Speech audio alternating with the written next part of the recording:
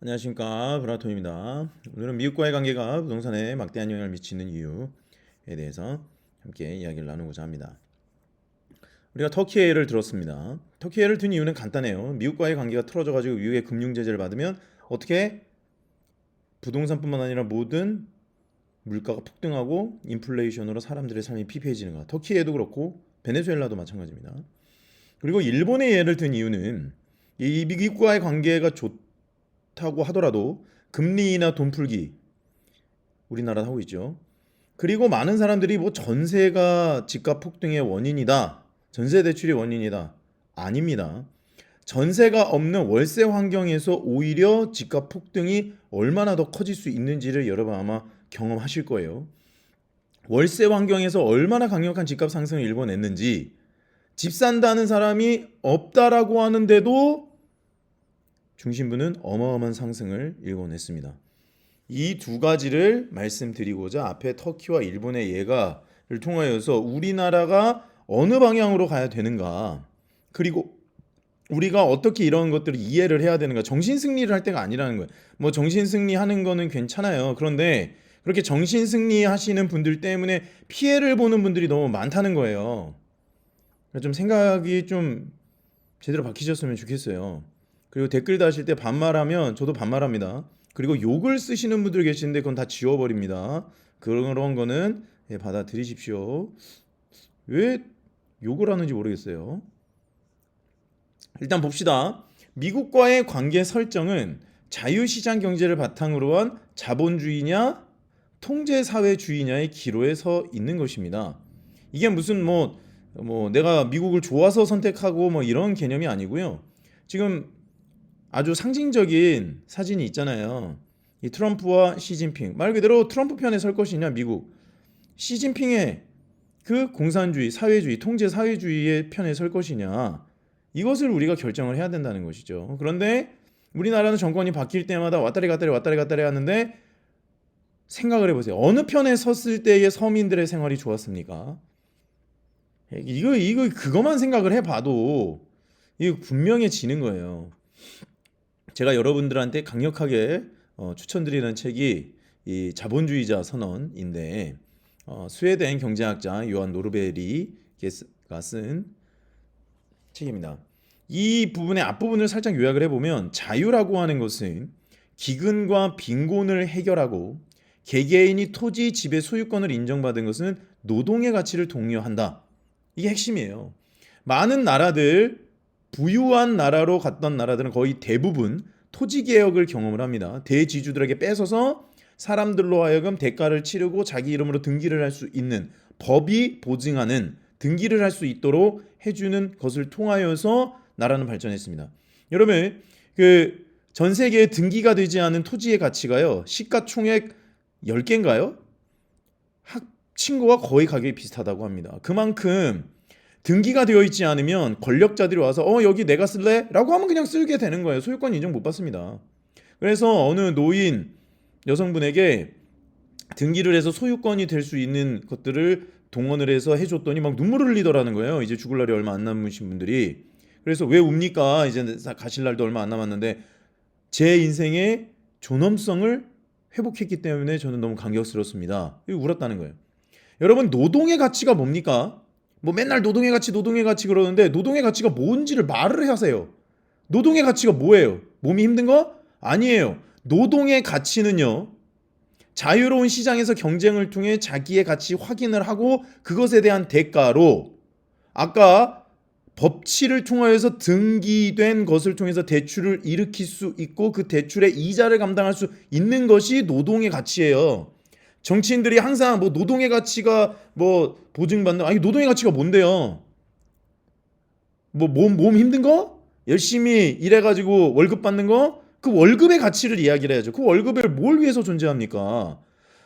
여러분 항상 말씀드렸죠. 소득세가 미국에서 만들어질 때 뭐 때문에 만들어졌다고요? 미국 국채 이자를 내기 위해서 소득세가 만들어진 거예요. 다시 말해 국가가 인정한 거예요. 우리의 이자를 내기 위해서 너희들의 소득에 대한 세금을 걷어가겠다. 그러니까 노동의 가치가 뭔지를 규정을 해줘야죠. 맨날 노동의 가치, 불로소득 그런 이야기를 할 때가 아니라는 겁니다. 그래서 자본은요, 언제나 길을 찾아 흘러요. 통제하면 할수록 오히려 고이다가 넘쳐 흘러 그 이반자들부터 언제나 집어삼킨다는 거예요. 여러분 정말로 장기 집권하고 싶으시면 부동산 정말 잘 오르지 않게 잘 해줘야 사람들이 장기 집권하게 해줘요.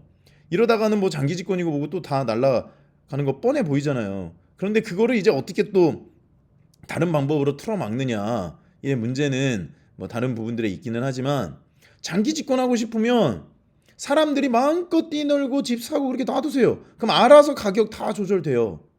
왜 그런지 모르겠어요. 뭐 재건축이나 재개발도 이제 대놓고 못하게 하던데 임대 분들을 한강뷰로 이렇게 해주면 누가 그거 재건축합니까? 재건축하지 말란 소리거든요.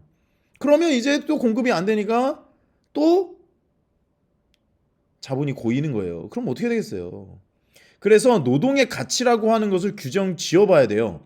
인플레이션을 해칭할 수 있는 대출금의 이자가 뭡니까? 돈의 사용료잖아요. 돈의 사용료를 내가 움직일 수 있는 자본의 규모에 대한 사용료를 지불할 수 있는 게 노동의 가치예요.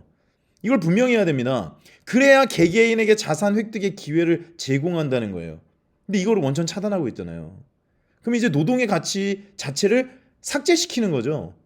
노동의 가치는 인플레이션 때문에 월급은 계속 줄어들고 있는데 그들이 말하는 노동의 가치를 오히려 본인들이 삭제하고 있다는 거예요. 다 알아요, 그 사람들. 그리고 왜 미국과 협력 관계를 넘어서 같은 방향으로 가야 되느냐? 자유시장 경제 체제를 지킬 수 있는 자유는요, 그것을 해치는 이념이나 체제에 대한 자유를 용납하지 않기 때문입니다. 대가를 치른다는 거예요. 자유라고 하면 모든 것에 대한 자유가 아니고 그 체제를 해치는 이념이나 체제는 막아야 돼요. 그것을 막아주는 역할을 하는 것이 미국입니다. 그래서 미국과 함께 가는 것이 미국이 좋아서 너무 자유나 너무나 부자들한테 쏠려대는 그런 것들이 좋아서 아니에요. 자유를 해치는 이념이나 체제를 막을 수 있는 방파제 역할을 미국이 자기 돈 들여서 대가를 치러서 해주잖아요. 그러니까 미국 편에 써야 되는 거예요. 그런데 미국이 전 세계 자유의지를 지키기 위해서 감당하는 대가 맨날 트럼프가 니들 돈으로 방어해라 라고 하는데 그런 거를 감당할 수 있는 거는요, 미국의 경제 규모로만 가능합니다. 근데 미국이 내세우는 가치가 자유죠. 그 자유를 통해서 경제 규모를 만들어서 자유를 수호할 수 있는 돈이 나오는 거예요. 돈 없이 뭐 합니까? 돈이 없이 할 수 있는 거 있어요?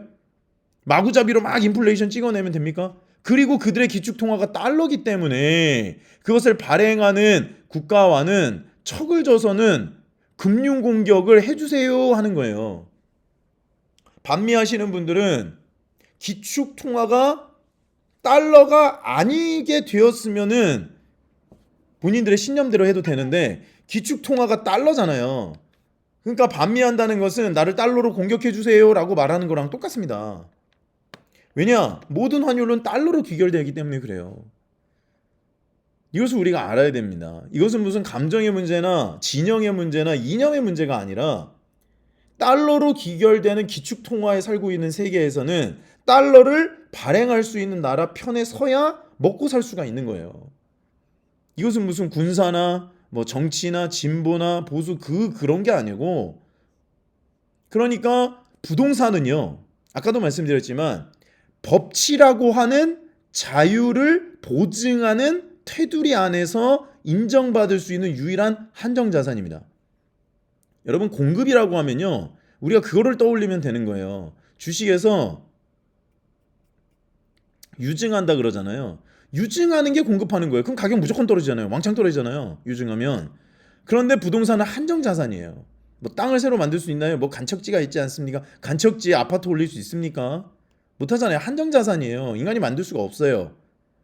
그래서 그것에 대한 사용 가치를 올리기 위해서 건축이 개발이 되었고, 건축을 통해서 용적률 상한을 할 수가 있고 용적을 올릴 수 있고, 용적률을 다룰 수 있는 권한은 정치인들에게 있잖아요. 그러니까 정치인들은 이 부동산이라고 하는 자유가치 안에서 법치를 통해서 소유권을 인정받은 것을 보증하고 그걸 소유하게 해주는 것을 통해서 본인들이 그것을 자유롭게 사고팔 수 있는 장사를 하시라고 해요. 차라리 맨날 막아가지고 못하게 하지 말고 장사를 해서 대가를 치르고 그것을 통해서 시장경제가 돌아가게 하세요. 그러면 장기 집권할 수 있다니까요. 이상한 방법 안 쓰고도. 그럼 사람들이 너도 나도 좋다고 투표해 주죠. 왜 안 그러는지를 모르겠어요. 굳이 왜 소유를 못하게 해서 배급하게 해서 노예를 삼아가지고 장기 집권, 그럴 필요 없잖아요.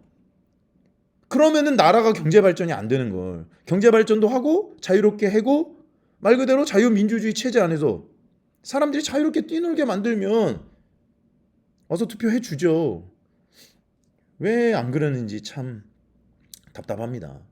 그래서 오늘은 미국과의 관계가 부동산에 막대한 영향을 미치는 이유, 첫 번째 자유, 기축통화, 자유를 바탕으로 한 법치로 소유권을 인정해주는 말 그대로 등기가 달러라고 하는 기축통화 위에 설정이 되어 있기 때문에 미국과의 관계는 미국이 싫더라도 반미보다는 오히려 미국 편에서 미국과의 관계를 하면서 할 말을 제대로 하는 게 훨씬 나아요. 미국 사람들도 그걸 원하고 뒤에서 막 거짓말하고 그런 것보다 미국 사람들이 가장 싫어하는 게 거짓말이잖아요. 그래서 할 말은 제대로 하고 상호 노선 제대로 구축하고 그러면 어느 이념이나 어젠다나 이념에 기반을 둔 어젠다가 아니라 이익, 돈을 기반에 둔 어젠다를 설정하면 오히려 미국 사람들과 대화하기가 쉽거든요. 그래서 오늘은 이 터키와 일본의 예를 통하여서 기축통화인 달러 위에 서 있는 한정자산인 부동산, 미국과의 관계가 정말 중요하다라는 것에 대해서 함께 나눴습니다. 여러분들을 응원합니다. 보라톤이었습니다. 감사합니다.